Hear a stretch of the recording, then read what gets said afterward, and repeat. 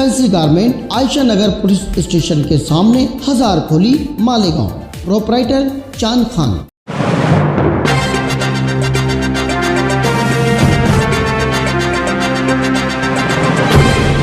देखते रहिए the prime news Abdul Rahman के साथ। नेशनल हाईवे नंबर 3 से लगकर पहाड़ी इलाके में बनाए गए हिल स्टेशन के पास सुबह लोगों को खून में लथपथ किसी नौजवान की लाश नजर आई, जिसके बाद इसकी इतला पवारवाड़ी पुलिस स्टेशन को दे दी गई। इतला मिलने पर पवारवाड़ी पुलिस स्टेशन के पीआई सुधीर पाटिल अपने अमले के साथ बतलाई हुई जगह पर पहुंचे और पाया कि ब्लू जींस पैंट और व्हाइट शर्ट में कोई नौजवान खून में लथपथ पड़ा है, जिसके गले पर जख्म के गहरे निशानात मौजूद हैं। पहली ही नजर में मामला मर्डर का नजर आ रहा है। सोशल वर्कर खालिद इसके की मार्फत एम्बुलेंस ड्राइवर शहबाज अंसारी के जरिए लाश को उठवाकर सिविल हॉस्पिटल में पोस्टमार्टम की गरज से भेज दिया गया है, जहां दीगर कानूनी कार्रवाई और पोस्टमार्टम के बाद लाश को उसके घर वालों को सौंप दिया जाएगा। लाश की शनाख्त मोहम्मद तारिक असलम कुरैशी की हैसियत से हुई है, जो सरदार नगर का साकिन बताया जा रहा है। असलम कुरैशी और उनकी फैमिली को बड़े ही कम वक्त में